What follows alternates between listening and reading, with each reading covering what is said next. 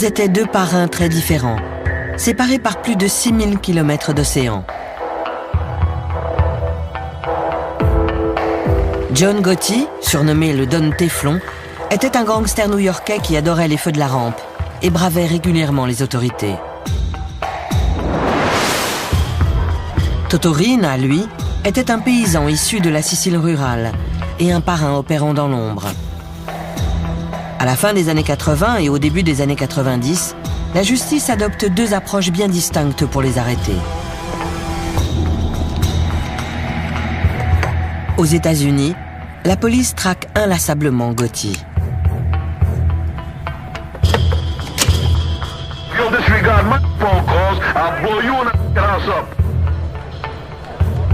En Sicile, il faudra une révolte des habitants de Palerme pour envoyer Rina derrière les barreaux.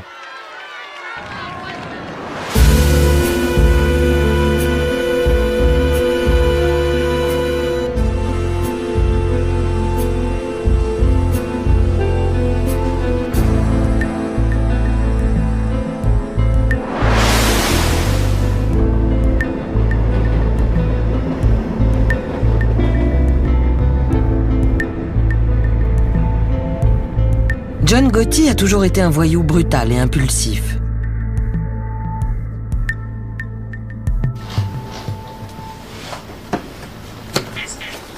C'est dans un bar que le jeune gangster Henry Hill a vu Gotti, alors adolescent, pour la première fois. John est entré sans dire un mot à personne. Il est allé vers une table où on jouait aux cartes et il s'est mis à tabasser un mec avec une batte ou un tuyau. Il a presque battu ce mec à mort. Il a failli le tuer. Si ça se trouve, d'ailleurs, il l'a tué. Et ils ont balancé le cadavre dans un coffre.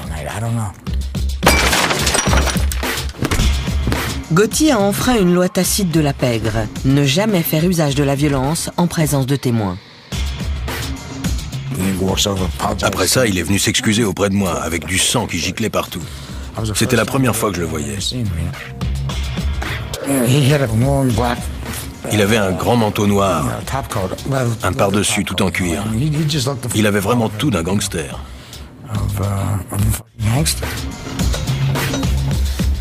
Il est évident que Gotti ne craint personne.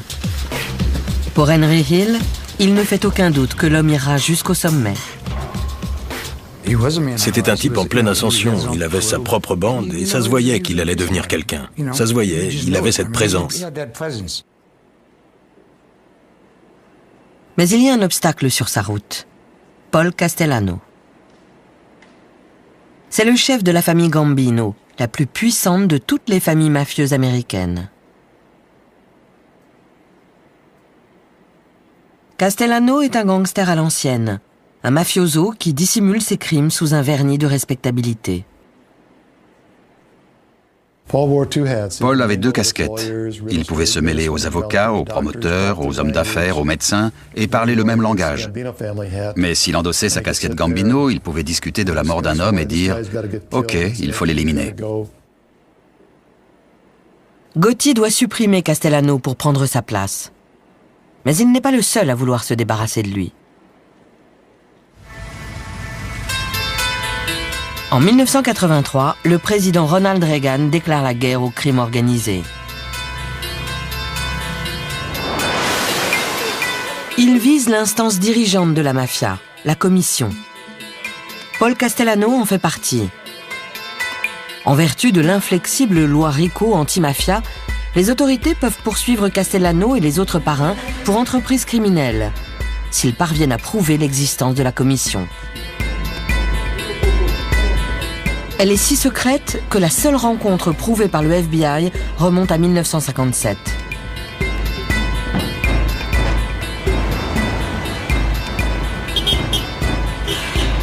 Et puis, un matin de mai 1984, au QG du FBI à New York, l'agent Joe O'Brien reçoit l'appel d'une taupe infiltrée dans la mafia. Il m'a informé qu'il y allait y avoir une réunion de la commission de la mafia quelques heures plus tard. Franchement, je ne l'ai pas cru, parce que ça n'arrivait jamais. Ces types ne pouvaient pas se permettre de se voir. C'était trop dangereux.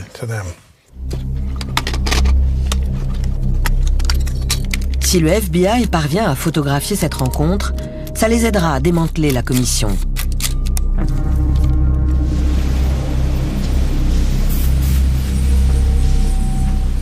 O'Brien et l'un de ses collègues, Andy Currins, surveillent ce bâtiment. Une petite maison de Cameron Avenue à Staten Island qui appartient à la famille d'un vieux parrain de la mafia. Les deux agents se cachent à l'arrière d'une camionnette banalisée à quelques centaines de mètres. La camionnette était là-bas, là où il y a la voiture blanche, en face du numéro 54. On s'est garé là pour avoir une vue bien dégagée. Il n'y avait pas d'autres voitures, on voyait parfaitement le numéro 34 de Cameron Avenue.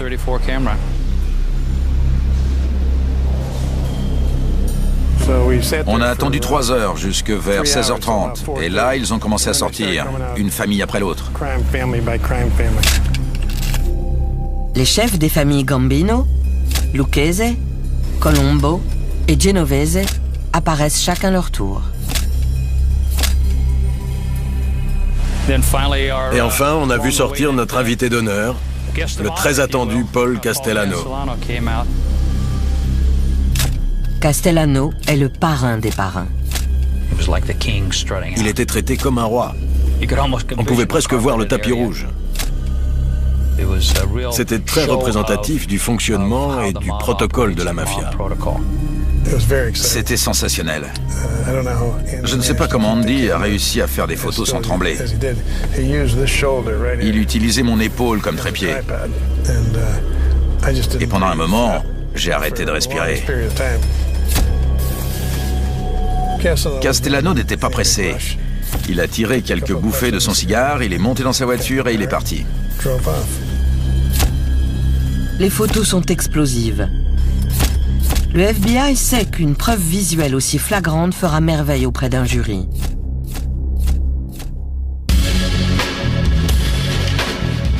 En février 1985, le procureur inculpe les 5 membres de la commission. Les agents O'Brien et Currins arrêtent Castellano et le conduisent au QG du FBI à Manhattan. Les autorités fédérales, la ville de New York et le procureur de l'État ont annoncé aujourd'hui l'une des plus vastes mises en examen de parrains mafieux dans l'histoire de ce pays. Dans la voiture qui l'emmène au FBI, Castellano entend un bulletin d'information sur les arrestations. Pour racket et extorsion. Ces charges sont passibles de peine allant jusqu'à 20 ans de prison. C'est le début de la fin de son règne. Les autorités sont passées à l'action tard dans la nuit. Parmi les hommes inculpés de racket et d'extorsion, on retrouve Paul Castellano, chef de la famille Gambino. Le coup de filet a été réalisé grâce à un micro. Je me souviens qu'il s'est tourné vers Joe en lui disant « Est-ce que c'est vrai? Vous avez écouté mes conversations privées ?» D'après le procureur, les enregistrements sont excellents. On pouvait presque l'entendre gémir. Les deux agents pensent que le trouble de Castellano vient de ce qu'ils ont enregistré ces discussions criminelles. En fait, il a réalisé qu'ils sont au courant de sa liaison avec sa jeune domestique colombienne. C'était très embarrassant pour lui. Et pour nous aussi d'ailleurs. Tout d'un coup, il était comme un petit garçon, avouant qu'il a fait une grosse bêtise. Mais ce qui était mal, ce n'était pas d'avoir assassiné ou fait assassiner des gens. Ce qui le gênait, c'était d'avoir eu une relation coupable avec une jeune domestique sous le nez de sa femme. Un parrain ne peut pas se permettre une telle révélation. Castellano a enfreint l'une des règles les plus sacrées de la mafia. On peut mutiler et tuer, mais pas déshonorer son épouse publiquement.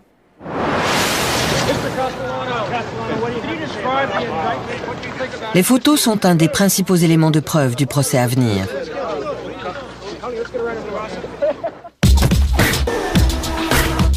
Un vide vient de se créer au cœur de la famille Gambino. Une situation propice à la guerre.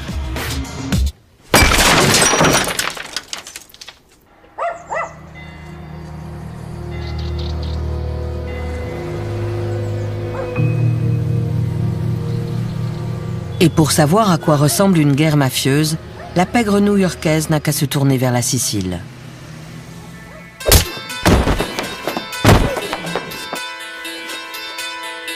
Ici, le parrain s'appelle Toto Riina, un tueur psychopathe, insaisissable, originaire de Corleone.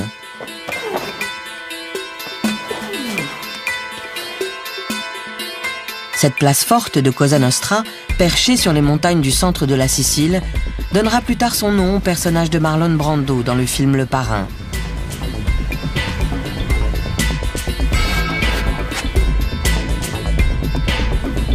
La brutalité de Riina lui a valu son surnom, la Bête. À l'époque, Corleone est réputé comme la ville d'origine des mafiosi les plus coriaces, comme l'explique un membre de la cellule antimafia locale.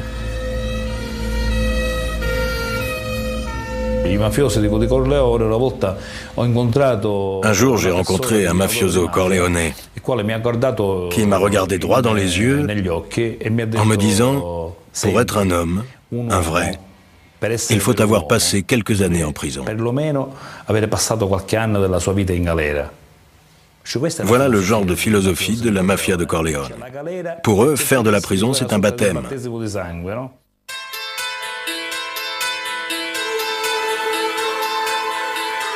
La famille de Riina a pris le contrôle de Cosa Nostra au terme d'une guerre sans merci. Au début des années 80, les rues de Palerme baignent dans le sang de ses victimes. Pendant 6 mois, un nouveau cadavre surgit tous les 3 jours.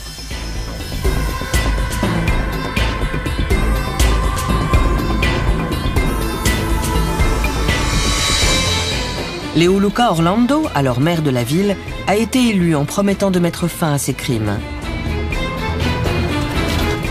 20 ans plus tard, sa prise de position courageuse l'oblige encore à être protégé 24 heures sur 24. Palerme était une ville qui vivait dans le silence et l'obscurité. Pour ne pas être impliqués dans ces meurtres, les citoyens niaient l'existence même de la mafia. On ne voit rien, on ne dit rien, on n'entend rien. Ce n'est pas notre problème. Qu'ils s'entretuent, ça ne nous regarde pas. Si on ne parle pas de la mafia, on ne mourra pas. L'homme qui dirige l'enquête sur Riina est un magistrat, le juge Giovanni Falcone. Il a grandi dans un quartier pauvre de Palerme et certains de ses camarades d'école sont devenus des mafiosi. Mais contrairement à eux, il a choisi de se battre du côté de la loi.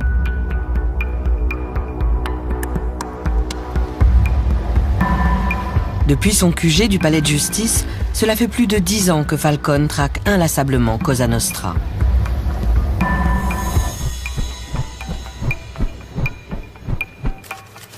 En 1987, il a connu son heure de gloire.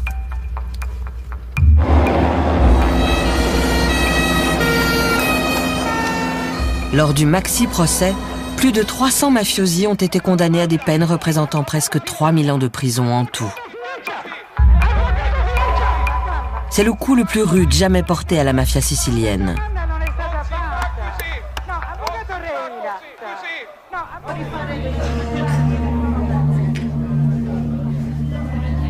Mais le parrain des parrains, Toto Riina, a échappé au coup de filet.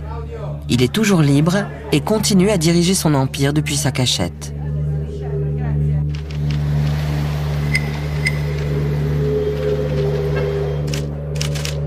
Falcone subit d'autres menaces, plus proches. Il a peu d'amis au palais de justice.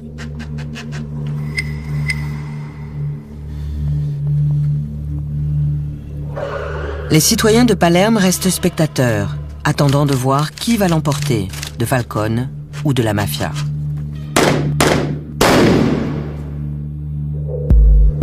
Cet isolement est dangereux. Parmi ceux qui combattent la mafia, plusieurs ont déjà été tués sur les ordres de Riina.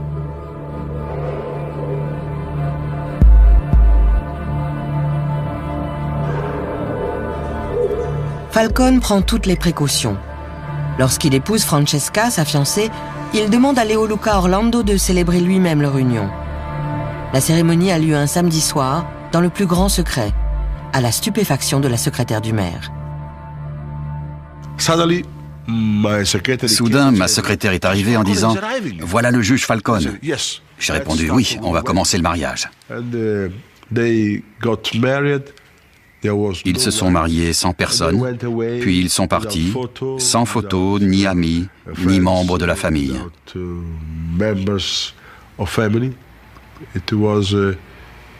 C'est un des sacrifices que Giovanni et Francesca ont consenti pour le combat contre la mafia.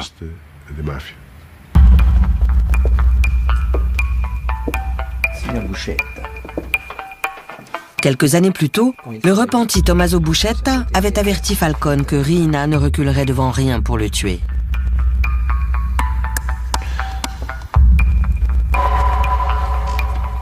N'oubliez jamais ça.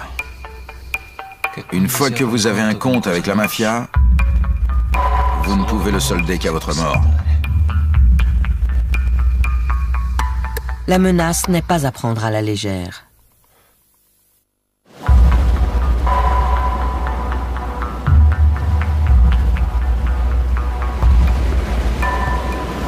Le juge loue un bungalow sur la plage à 30 minutes en voiture de Palerme. Et quand il va là-bas, toute la ville semble être au courant.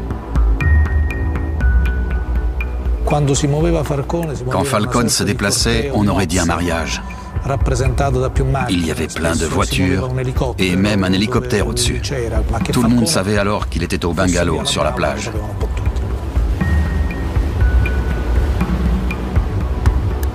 Mais l'anneau d'acier qui le protège ne change rien aux yeux de Riina. Un après-midi de juin 1989, Falcone se détend sur la plage. Un garde du corps consciencieux remarque alors un sac de sport posé près de la maison et qui paraît avoir été oublié dans les rochers au bord de l'eau. En l'entr'ouvrant, il aperçoit des fils électriques connectés à 58 bâtons de plastique.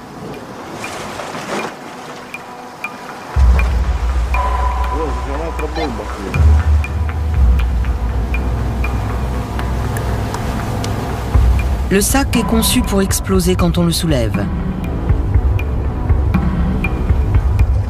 Mais la bombe n'a pas fonctionné. Falcone vient d'échapper à la mort.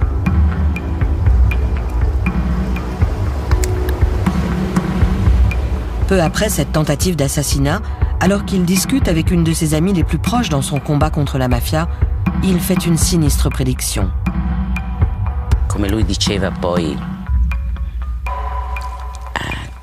Comme il me l'a dit lui-même quand on s'est vu, après ça, ma vie est toute tracée. Je sais que la mafia finira par me tuer un jour ou l'autre. La seule chose que je ne sais pas, c'est quand.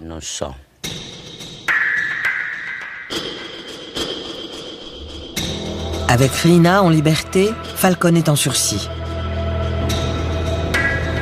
À New York, le temps est compté aussi pour le parrain américain Paul Castellano.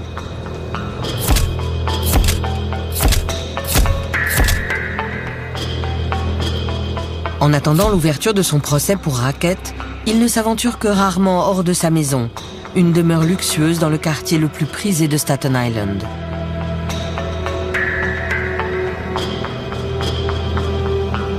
Ses ennemis et ses amis l'appellent la Maison Blanche. Et Castellano y vit comme un président. On lui reproche d'ailleurs de s'être éloigné de la rue, une critique que saura exploiter son rival, John Gotti.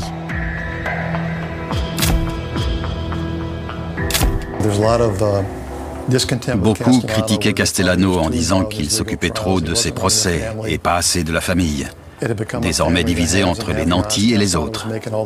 Castellano gagnait un tas d'argent tandis que les types comme Gotti n'avaient rien.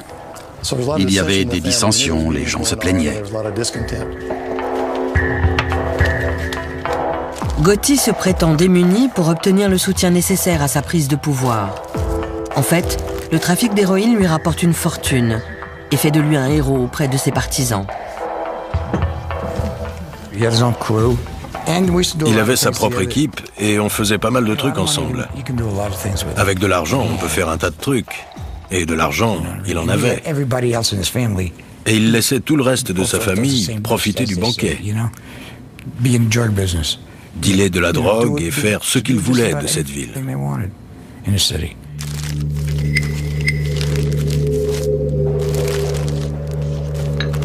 La justice poursuit la bande de Gotti pour trafic de drogue, compliquant encore la situation de Castellano. Ce dernier décide donc de se débarrasser d'eux. Gotti sait qu'il doit agir. C'est l'heure de la confrontation.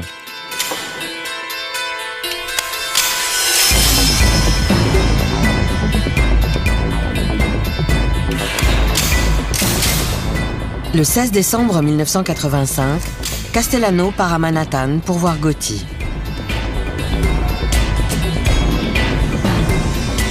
La rencontre doit avoir lieu ici, dans son grill room favori, Sparks, au centre de Manhattan.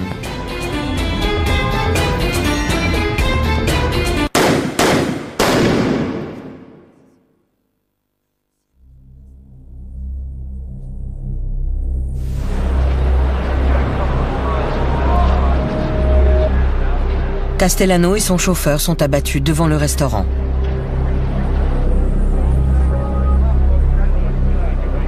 Ce meurtre commis au vu de tous choque New York. Le nouveau parrain de la famille Gambino devient aussitôt célèbre.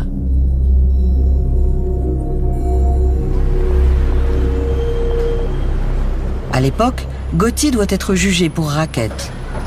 Avant la mort de Castellano, il était presque inconnu du grand public.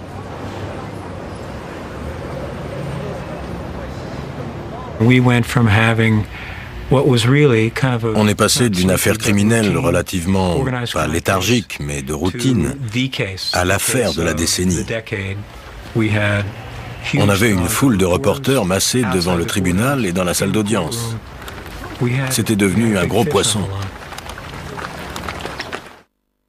Lors de son procès, Gotti est défendu par l'avocat de la pègre, l'extravagant Bruce Cutler. Ce dernier continuera pendant des années à faire son apologie. Il était remarquablement clairvoyant. Il avait presque un sixième sens quand il s'agissait de juger les gens. Ce qui est sûr, c'est que Gotti sait juger un jury. En mars 1987, le verdict est rendu et le parrain est acquitté.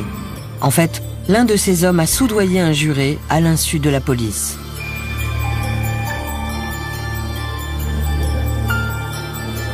Inculpé de nouveau à 2 reprises pour voie de fait, il est à chaque fois représenté par Bruce Cutler.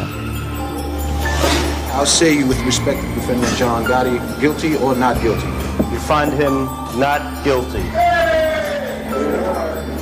Il sort blanchi des 2 procès, en faisant corrompre et intimider les témoins. Le Don Teflon est né.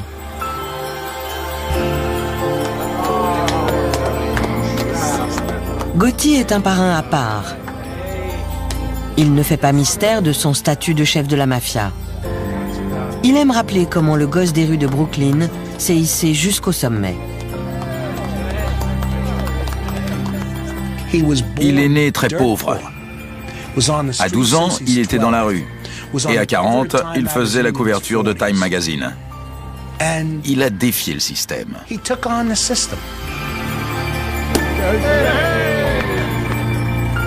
Son ancien avocat décrit Gotti comme un Robin des Bois moderne, luttant contre les pouvoirs en place. Les Juifs, les Irlandais, les salariés, les syndicats, les ouvriers, les policiers. Mon père était inspecteur et certains de nos plus fervents soutiens faisaient partie de la police locale, même s'ils n'y étaient pas autorisés. On combattait les bandits alphabétisés du gouvernement. Le FBI, le fisc, l'immigration, la CIA, tous ces voleurs sans visage du gouvernement qui vous traquent et détruisent votre vie. La sanglante réalité du règne brutal de John Gotti est tout autre. Mais ce besoin de reconnaissance publique va servir le FBI et finira par causer la perte du Don Teflon.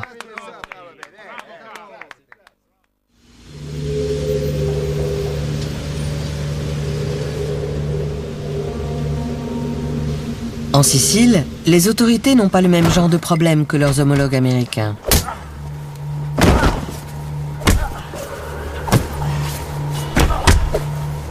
Si John Gotti aime les feux de la rampe, le parrain de la mafia sicilienne, Toto Riina, reste invisible.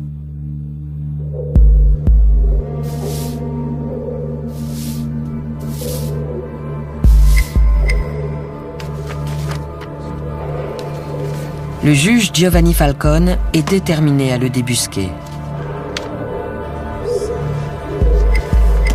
Mais il a besoin de trouver un lien entre Riina et les crimes perpétrés en son nom par son armée de tueurs.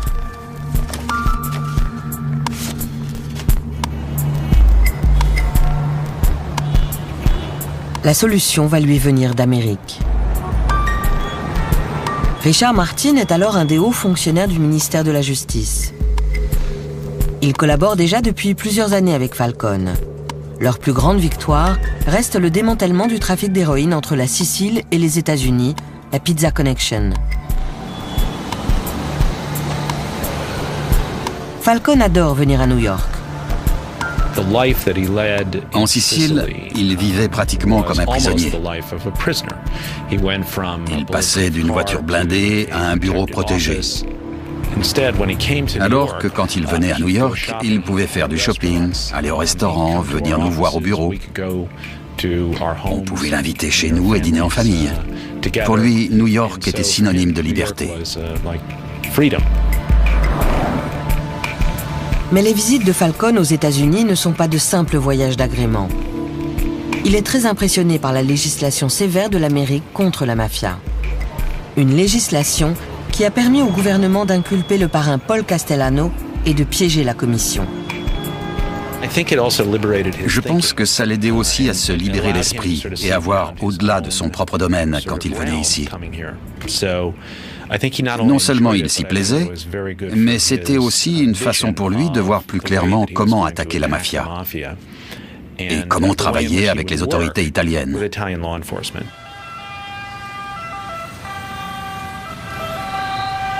En 1991, un nouveau ministre de la Justice entre en fonction à Rome, déterminé à écraser enfin Cosa Nostra. Il propose à Falcone de le nommer responsable de la campagne anti-mafia dans toute l'Italie.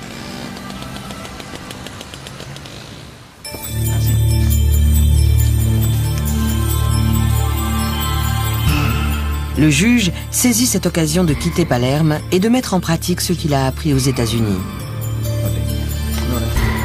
Ses idées sont révolutionnaires. Il entend former un équivalent italien du FBI. Dans tout le pays, la lutte contre le crime organisé sera centralisée sous ses ordres.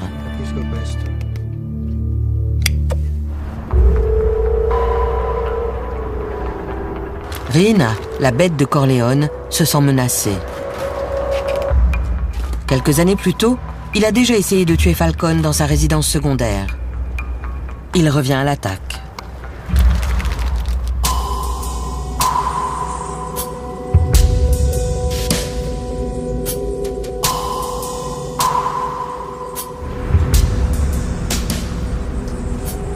Le 23 mai 1992, Falcone et sa femme Francesca rentrent à Palerme pour le week-end.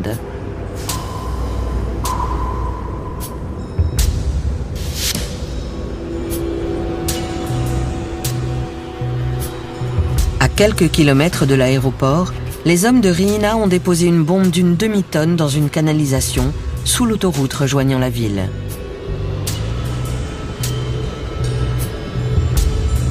Ils se cachent ensuite dans un bâtiment qui surplombe la route, armé d'un détonateur télécommandé.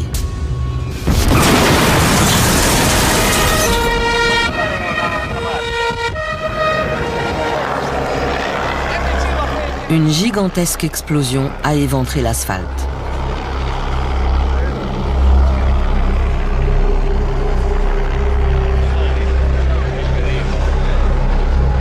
Le choc est tel qu'il apparaît sur les moniteurs de surveillance sismique locaux.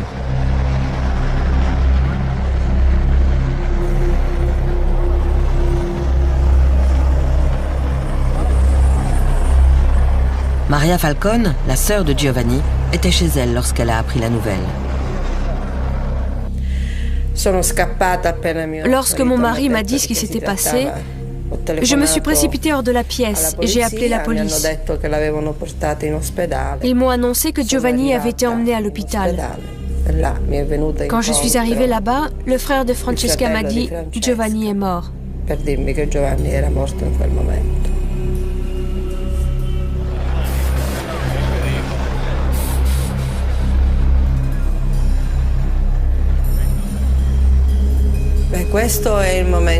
Ça a été le moment le plus douloureux de ma vie.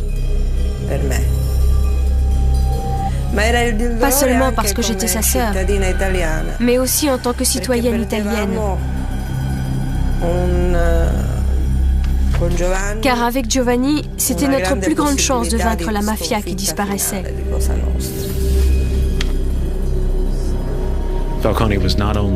Falcone n'était pas seulement un collègue. Je suis fier de pouvoir dire que c'était aussi un ami.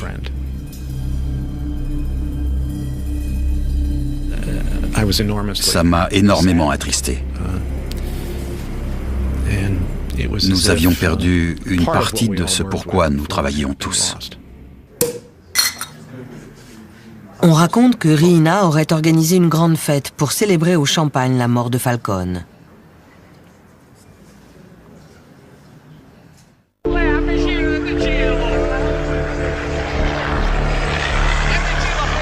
La femme de Falcone, Francesca, et 3 gardes du corps sont également morts dans l'explosion.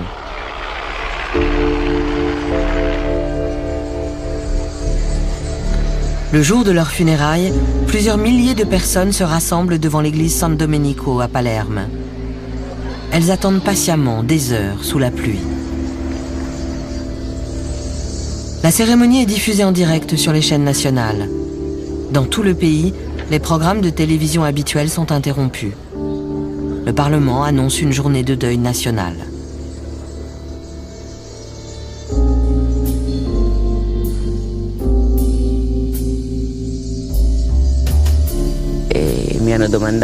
On m'a demandé comment j'avais réagi en apprenant la nouvelle. Et j'ai répondu, j'ai pleuré. Quelqu'un m'a dit, mais vous êtes le juge Ferraro, comment ça vous avez pleuré? Oui, j'ai pleuré et je n'ai pas honte de l'admettre. L'Italie est choquée et indignée.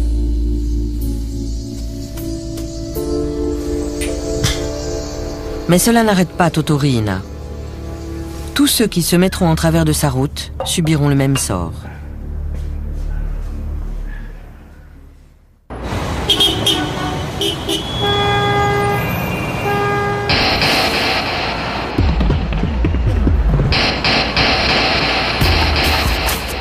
À New York, le piège se referme sur le parrain américain, John Gotti.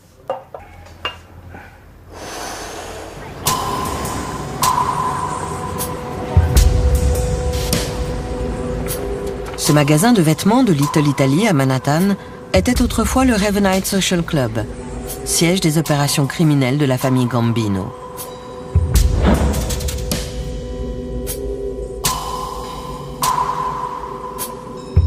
À l'époque, Gotti exige de ses hommes qu'ils viennent au Ravenite pour lui rendre publiquement hommage.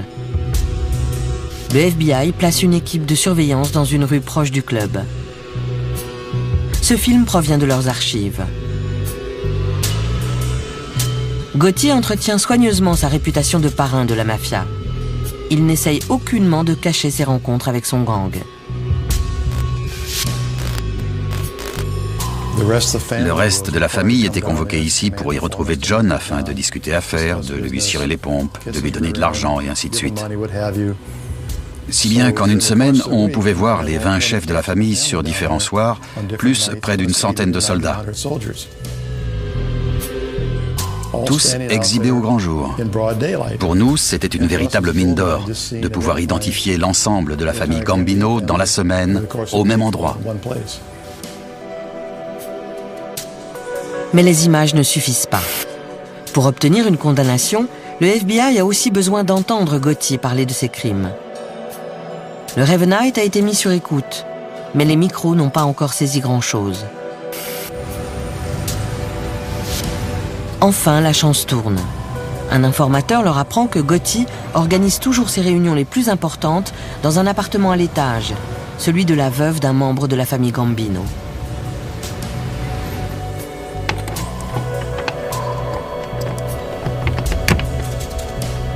Le FBI profite du départ en vacances de la vieille dame pour poser un micro sur place.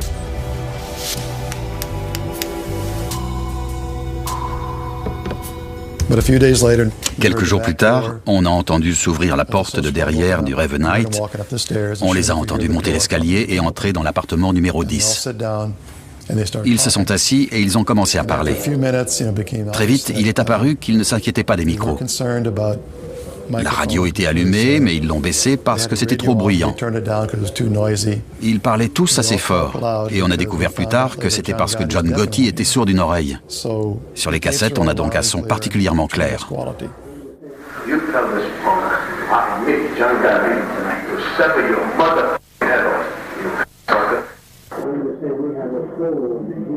Les enregistrements dévoilent le véritable visage d'un parrain.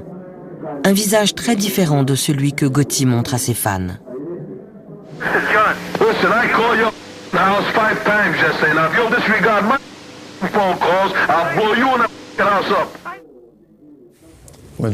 Quand il s'énerve, John commence à parler très fort.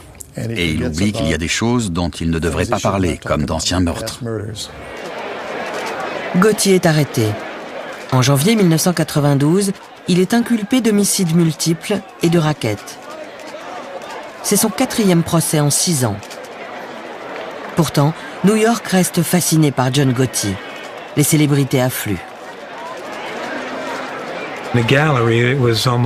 Dans les tribunes, on se serait vraiment cru au cirque. Mickey Rourke et Anthony Quinn sont venus voir le procès.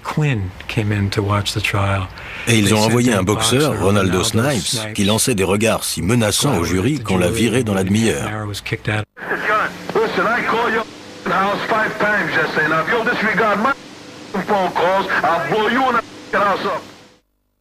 Gotti était fidèle à lui-même, arrogant et provoquant.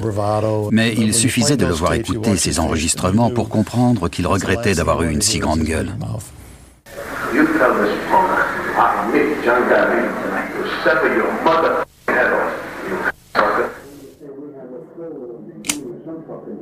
Gotti a provoqué sa propre perte.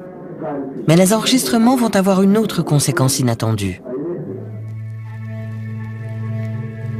En même temps que lui, le FBI a arrêté son fidèle bras droit, Sammy Bull Gravano. Dominic Montillo a été à l'école avec Gravano. Plus tard, ils sont tous deux devenus gangsters au sein de la famille Gambino. Sammy a toujours été un dur. On était ensemble à la maternelle. Il a tué son beau-frère. Louis était son ami d'enfance, Louis Milito. Ils avaient grandi ensemble, traîné ensemble, volé ensemble. Il a tué Louis. On ne pouvait pas se fier à Sammy. Gravano a été déçu par Gotti. Pour lui, un vrai parrain ne doit pas rechercher la publicité, mais opérer dans l'ombre, comme le faisait Paul Castellano.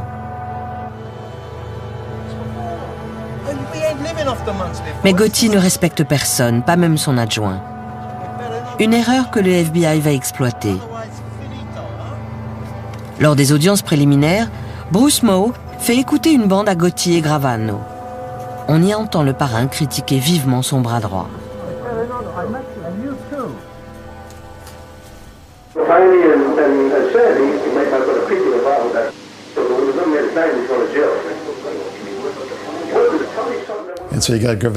Gotti et Gravano étaient assis côte à côte à la table des accusés quand on a mis la cassette. Sammy est devenu tout rouge, il était prêt à exploser.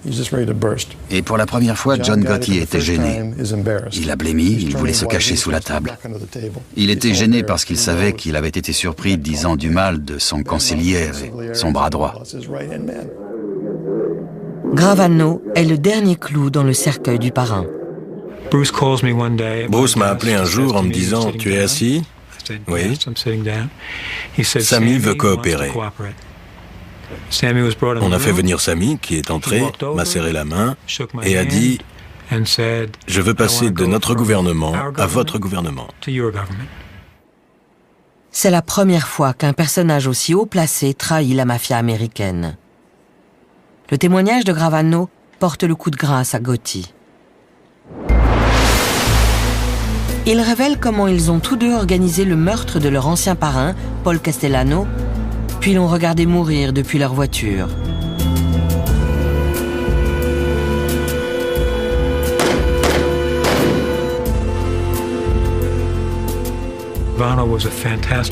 Gravano était un témoin fantastique, et John Gotti se comportait comme quelqu'un qui sait qu'il va être condamné. Il était très inquiet, il était agressif, il aboyait sur moi et sur ses avocats. C'était un véritable plaisir. En avril 1992, Gotti est reconnu coupable de 13 chefs d'accusation, dont l'homicide et le racket. Il est envoyé dans une des prisons les plus dures d'Amérique, Marion, dans l'Illinois. La condamnation est sévère. Perpétuité sans possibilité de liberté sur parole. Malgré les cassettes et le témoignage de Gravano, l'homme qui a représenté Gotti à ses 3 premiers procès continue de le défendre. Si vous me demandez si je pense qu'il était chef de je ne sais quelle bande Gambino, je vous répondrai non. Je l'ai nié toute ma vie, et lui aussi.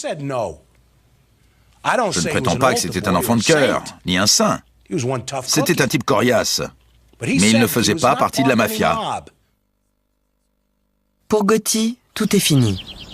Mais en Sicile, Toto Riina va de nouveau plonger l'Italie dans l'horreur.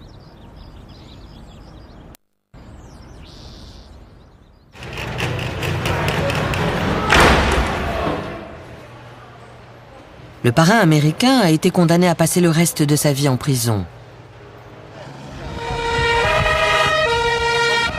Mais outre-Atlantique, le gouvernement italien semble impuissant. Le chef de Cosa Nostra agit à sa guise. Il a fait assassiner le juge antimafia Giovanni Falcone. Palerme attend avec angoisse son prochain coup.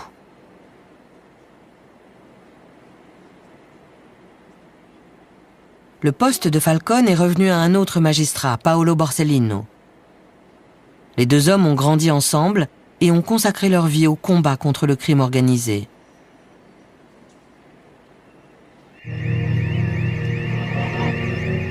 L'après-midi du samedi 19 juillet 1992, 2 mois après le meurtre de Falcone, Borsellino rend visite à sa mère dans cet immeuble, comme chaque week-end.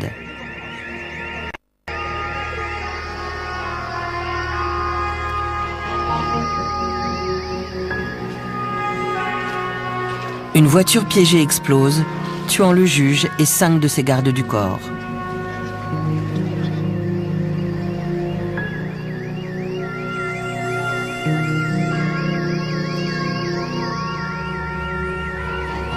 C'est la goutte d'eau qui fait déborder le vase. La population de Palerme organise une véritable révolte contre la mafia. Après l'assassinat de Paolo Borsellino, il y a eu une réaction massive des habitants de Palerme. Les femmes, les enfants, tout le monde s'est mis à crier « Basta, ça suffit, trop c'est trop ».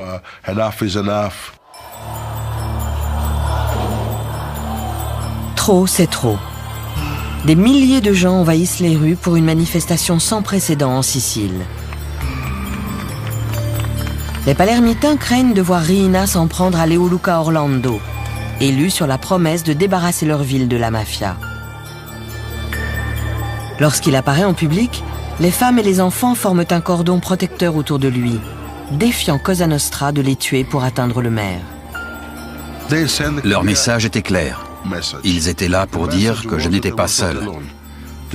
Ils étaient là pour dire que la mafia pouvait tuer un homme ou 10 hommes, mais qu'elle ne pouvait pas tuer des milliers et des milliers de femmes et d'enfants.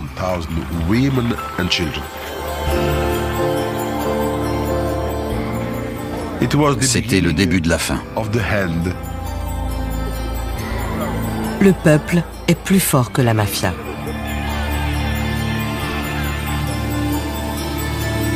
Le gouvernement, déterminé à sévir durement, envoie plusieurs milliers d'hommes en Sicile.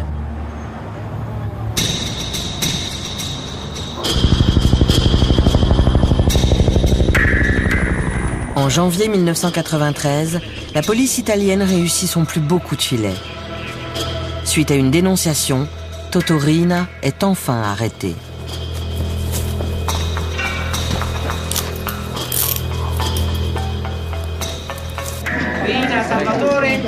Salvatore Riina a été capturé à Palerme par les carabiniers ce matin.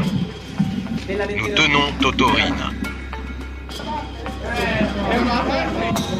Le plus incroyable, c'est que le parrain vivait en plein cœur de Palerme, à l'insu de tous, depuis plus de 20 ans.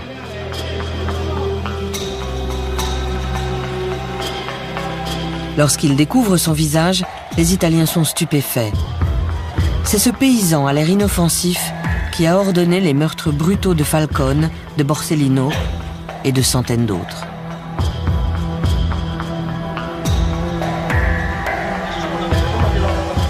Pendant son procès, Riina se présente sous les traits d'un pauvre vieillard qui ne sait rien de la mafia.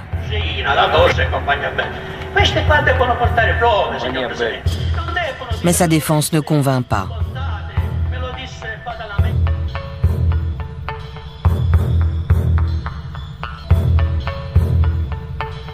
Il est condamné à passer le restant de sa vie en prison, hors de Sicile, en Italie continentale.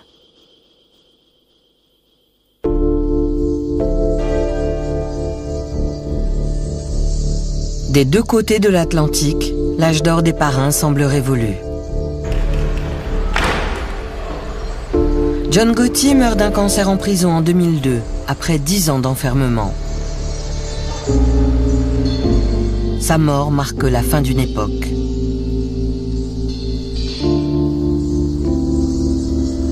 En s'exhibant publiquement comme le parrain des parrains, il a tout fait pour pousser les agences gouvernementales à ne laisser aucun répit à la mafia.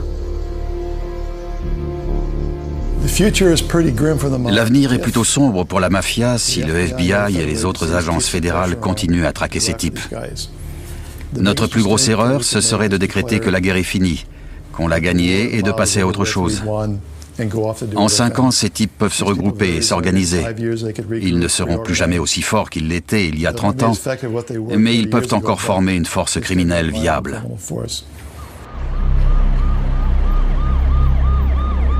Aux États-Unis, la pègre évolue avec son temps.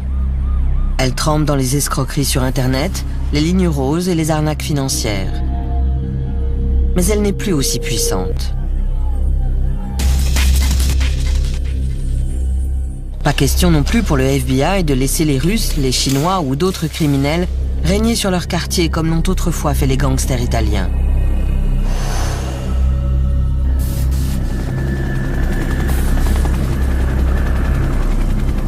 En Sicile aussi, les autorités maintiennent la pression.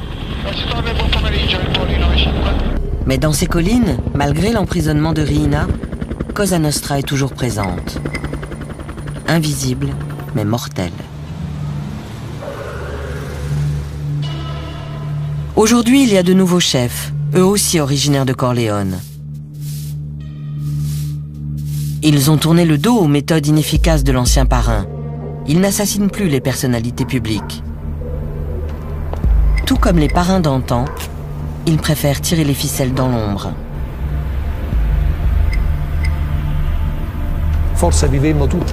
Je crois que nous nous sommes tous leurrés. Nous avons fait l'erreur de croire qu'on pouvait détruire Cosa Nostra en déplaçant 4 pions sur l'échiquier.